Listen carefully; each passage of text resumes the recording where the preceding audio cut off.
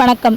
மகளிர் உரிமை தொகை விண்ணப்பம் குறித்த ஒரு புதிய அறிவிப்பு வெளியிட்டிருக்கிறாங்க. இந்த அறிவிப்பு மூலமா பார்த்தீங்கன்னா கேம்ப் எங்கெங்கே போட போகிறாங்க, கேம்ப் ஆல்ரெடி எங்கெங்கே அலாட் பண்ணியிருக்காங்க அப்படிங்கிறதுக்கான ஃபுல் டீட்டெயில்ஸும் இந்த வீடியோவில் நீங்கள் தெரிஞ்சுக்கலாம். ஸோ வீடியோவை ஸ்கிப் பண்ணாமல் ஃபஸ்ட்லேயும் லாஸ்ட் வரைக்கும் பாருங்கள். அப்போ தான் நான் சொல்ல வர தகவல் என்ன அப்படிங்கிறது உங்களுக்கு அண்டர்ஸ்டாண்ட் ஆகும்.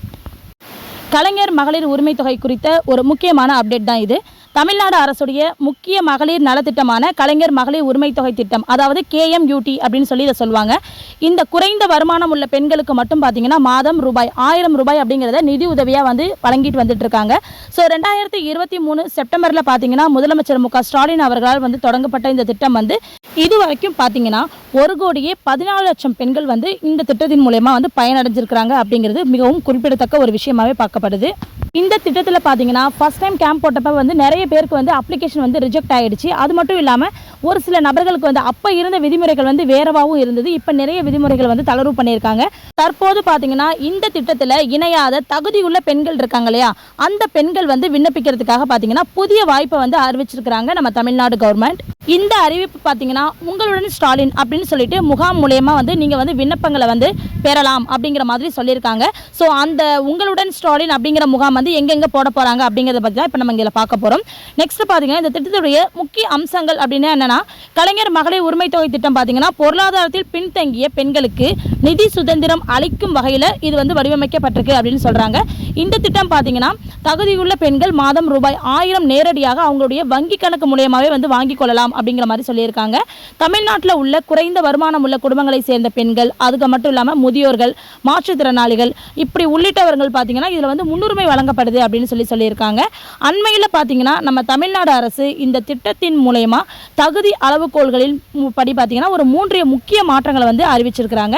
மேலும் பல பெண்களை இணைக்க மீண்டும் முயற்சி பண்ணிட்டு இருக்காங்க அப்படின்னு சொல்லியிருக்காங்க.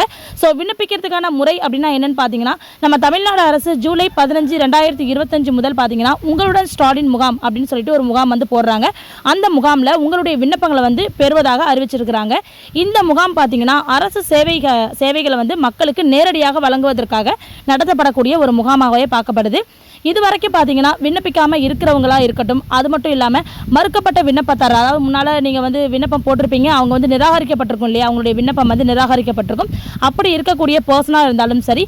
ஸோ அது மட்டும் இல்லாமல் ஆல்ரெடி பார்த்தீங்கன்னா நமக்கு ஃபஸ்ட் டைம் இந்த ஸ்கீமை இன்ட்ரடியூஸ் பண்ணும்போது நிறைய விதிமுறைகள் சொல்லியிருந்தாங்க.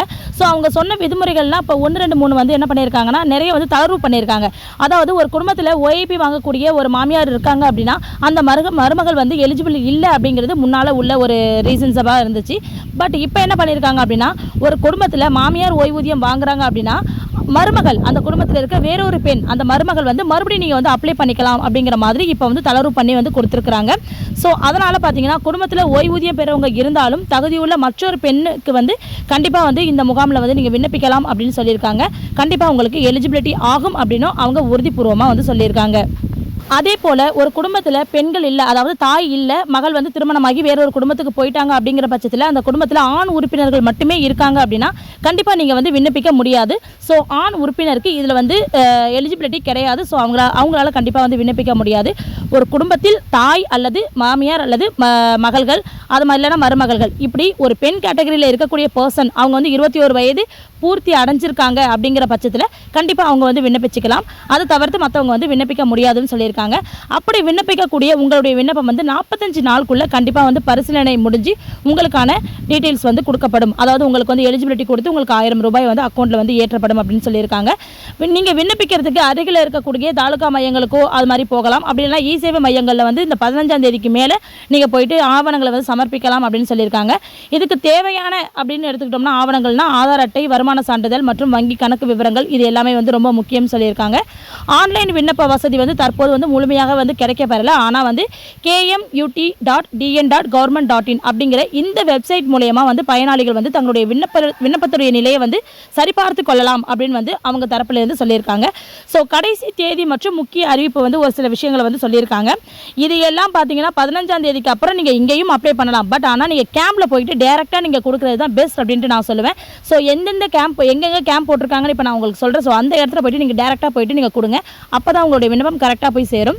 நெக்ஸ்ட் வந்து பார்த்தீங்கன்னா, தமிழ்நாடு அரசு இந்த திட்டத்திற்கு வந்து விண்ணப்பிக்கக்கூடிய கடைசி தேதியாக வந்து என்னத்தை அறிவிச்சிருக்காங்கன்னா, ஜூலை 15, 2025 முதல் தொடங்கக்கூடிய இந்த முகாமில் நீங்கள் வந்து விண்ணப்பத்தை வந்து கொடுக்கணும். மேலும் பார்த்தீங்கன்னா, இந்த வாய்ப்பு மிக முக்கியமாக வந்து கருதப்படுது அப்படின்னு சொல்லியிருக்காங்க. முதலமைச்சர் மு.க.ஸ்டாலின் அவர்கள் வந்து இந்த திட்டத்தின் மூலமாக பெறப்படக்கூடிய விண்ணப்பங்கள் இருக்கு இல்லையா, அதாவது நிராகரிக்கப்பட்ட விண்ணப்பமாக இருந்தாலும் சரி, அல்லது வந்து புதிய நபர்கள், அதாவது புதிய ரேஷன் கார்டு இப்போ நீங்கள் ரீசெண்டாக வாங்கியிருக்கீங்க அப்படின்னா நீங்களும் இதில் வந்து அப்ளை பண்ணிக்கலாம். அது மட்டும் இல்லாமல் போன தடவை மிஸ் பண்ணவங்க, தவற விட்டவங்க இதில் நீங்கள் அப்ளை பண்ணிக்கலாம். அப்படி விண்ணப்பிக்கப்பட்ட அந்த விண்ணப்பங்கள் எல்லாமே பார்த்தீங்கன்னா கரெக்டாக 45 நாளில் உங்களுடைய விண்ணப்பம் வந்து பரிசீலனை பண்ணப்படும். பண்ணிட்டு பார்த்தீங்கன்னா கரெக்டாக செப்டம்பர் அல்லது ஆகஸ்ட்டுக்கு அப்புறம் செப்டம்பர் அந்த டைமில் பார்த்தீங்கன்னா கண்டிப்பாக உங்கள் அக்கௌண்ட்டில் வந்து 1000 ரூபாய்ங்கிறது வரவு வைக்கப்படும் அப்படிங்கிறத ரொம்ப ஆணித்தனமாக வந்து சொல்லியிருக்காங்க. ஸோ நீங்கள் இந்த திட்டத்தில் பயன்பெறுறதுக்கு தகுதியான ஒரு பர்சனாக இருக்கீங்க அப்படின்னா கண்டிப்பாக உங்களுடைய ரேஷன் கார்டு, ஆதார் கார்டு, அது மட்டும் இல்லாமல் உங்களுடைய பேங்க் பாஸ்புக், நெக்ஸ்ட் வந்து உங்களுடைய இபி கனெக்ஷனுக்கான பில். அந்த இபி கனெக்ஷனுக்கான பில் அப்படிங்கிறது வந்து இப்போ என்ன சொல்லியிருக்காங்கன்னா தளர்வு பண்ணியிருக்காங்க. அது வந்து கம்பல்சரி கிடையாது. சப்போஸ் ஒரு சில வீட்டில் வந்து சப்மீட்டர்ஸ் இருக்கலாம், ஒரு சில பேர் வந்து வாடகை வீட்டில் இருக்கலாம். அப்படி இருக்கீங்க அப்படிங்கிற பட்சத்தில் கண்டிப்பாக வந்து அந்த கரண்ட் பில் ரசீதுங்கிறது கம்பல்சரி வந்து கிடையாது. ஸோ உங்ககிட்ட இருக்குது அப்படிங்கிற பட்சத்தில் நீங்கள் கண்டிப்பாக வந்து எடுத்துகிட்டு வாங்க. நானுமே இந்த கேம்பில் ஒரு கேண்டிடேட்டாக தான் ஒர்க் பண்ண போகிறேன். ஸோ அதனால தான் இந்த டீட்டெயில்ஸ்லாம் எனக்கு கிடைச்சதுனால நான் உங்ககிட்ட வந்து இப்போ ஷேர் பண்ணிகிட்ருக்கேன். இந்த திட்டத்தின் மூலமாக பார்த்தீங்கன்னா பல பெண்களை வந்து பயனடைய செய்ய அரசு வந்து உறுதி பூண்டிருக்கதா வந்து தெரிவிச்சிருக்கிறாங்க. கோயம்புத்தூர் உள்ளிட்ட மாவட்டங்களில் 120 முகாம்கள் வந்து நடத்தப்பட இருக்கிறதா வந்து அறிவிப்பு வந்து வெளியாகியிருக்கு. ஸோ இந்த திட்டத்தில் பயனாளிகள் நீங்கள் நேரடியாகவே விண்ணப்பிச்சுக்கலாம் அப்படின்னு சொல்லியிருக்காங்க. அது மட்டும் இல்லாமல் அடுத்த மாதம் 14ஆம் தேதி வரைக்குமே வந்து நீங்கள் வந்து விண்ணப்பிச்சுக்கலாம் அப்படிங்கிறதையும் சொல்லியிருக்காங்க.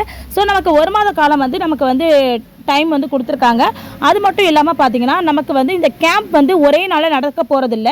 இந்த 15ஆம் தேதிக்கு அப்புறம் ஒவ்வொரு ஷெட்யூல் படி பார்த்தீங்கன்னா ஒரு 5 ஊருக்கு, ஒரு 5 ஊர் இருக்குன்னா அந்த 5 ஊருக்கு ஒரு கேம்ப், பக்கத்தில் இருக்கக்கூடிய கிராமம் ஒரு 4-5 கிராமத்துக்கு ஒரு கேம்ப், அது மாதிரி தான் வந்து அவங்க வந்து அலாட் பண்ணியிருக்காங்க. அதே போல் நீங்கள் விண்ணப்பிக்கும் போது ஒரு சில இடங்களில் தொழில்நுட்ப கோளாறுகள் ஏற்படுறதுக்கான வாய்ப்புகள் இருக்குது. அது இல்லைனா ஆவண பிழைகள் காரணமாக பார்த்தீங்கன்னா விண்ணப்பங்கள் வந்து நிராகரிக்கப்படுறதுக்கு வாய்ப்பு இருக்குது. அப்படி இருக்கிற பட்சத்தில் உள்ளூர் முகாமில் அதிகாரிகள் வந்து ஆலோசனை பெறுவது ரொம்ப நல்லதுன்னு சொல்லியிருக்காங்க. மேலும் பார்த்தீங்கன்னா வீடு தேடி விண்ணப்பங்கள் வந்து வழங்கப்படவில்லை என்றால் நீங்கள் என்ன பண்ணணும்னா உங்களுக்கு முகாம் நடத்துகிறாங்களே அந்த முகாமில் போயிட்டு நீங்கள் நேரடியாகவே வந்து விண்ணப்பத்தை வந்து பெற்றுக்கொள்ளலாம்னு சொல்லியிருக்காங்க. இந்த திட்டம் பார்த்தீங்கன்னா தமிழ்நாட்டில் இருக்கக்கூடிய பெண்களுடைய பொருளாதார மேம்பாட்டை ஒரு முக்கிய பங்காற்றி வருகிறது அப்படின்னு சொல்கிறாங்க. ஸோ உங்களுக்கு தகுதி இருக்குது அப்படிங்கிற பட்சத்தில் நேரடியாக போயிட்டு நீங்கள் முகாமில் வந்து விண்ணப்பிச்சு அது மூலயமா நீங்கள் வந்து பயன்பெறுங்க. அது மட்டும் இல்லை, கேம்ப் வந்து இப்போவும் சொல்கிறேன் ஒரு 4-5 ஊருக்கு ஒரு ஊரில் தான், ஒவ்வொரு ஊர்லேயும் கேம்ப் வந்து முன்ன மாதிரி போடலை. ஏன்னா இது விடுபட்டவங்களுக்கு அப்படிங்கும் போது மக்கள் வந்து கம்மியாக தான் இருப்பாங்க அப்படிங்கிறதுனால 4-5 ஊருக்கு ஒரு கேம்ப் அப்படிங்கிற மாதிரி வந்து நியமிச்சிருக்காங்க. உங்கள் பக்கத்து கிராமம் ஒரு 4-5 கிராமம் இருக்குன்னா அந்த கிராமத்துக்கு ஒரு கேம்ப் வந்து போட்டிருப்பாங்க. ஸோ நீங்கள் அந்த கேம்புக்கு நேராகவே போயிட்டு விண்ணப்பம் வாங்கிட்டு நீங்கள் போகும்போது உங்களுடைய ஆவணங்கள் எல்லாத்தையுமே நீங்கள் கையில் எடுத்துகிட்டு போயிடுங்க. எடுத்துகிட்டு போயிட்டு நீங்கள் அதை உடனே வந்து நீங்கள் அந்த கேம்ப்லேயே அப்ளை பண்ணி நீங்கள் அங்கேயே வந்து கொடுத்துட்டு வந்துடலாம். அதுக்கான பரிசீலனை உங்களுக்கு உடனே நடத்தப்பட்டு அதுக்கான ரிப்ளை வந்து கொடுப்பாங்க. இது சம்மந்தமாக உங்களுக்கு வேறு ஏதாவது டவுட் இருக்குது அப்படிங்கிற பட்சத்தில் கண்டிப்பாக கமெண்ட்டில் கேளுங்க. அதுக்கான ரிப்ளைவே நான் உங்களுக்கு உடனே வந்து கொடுக்குறேன். Okay, thank you, by.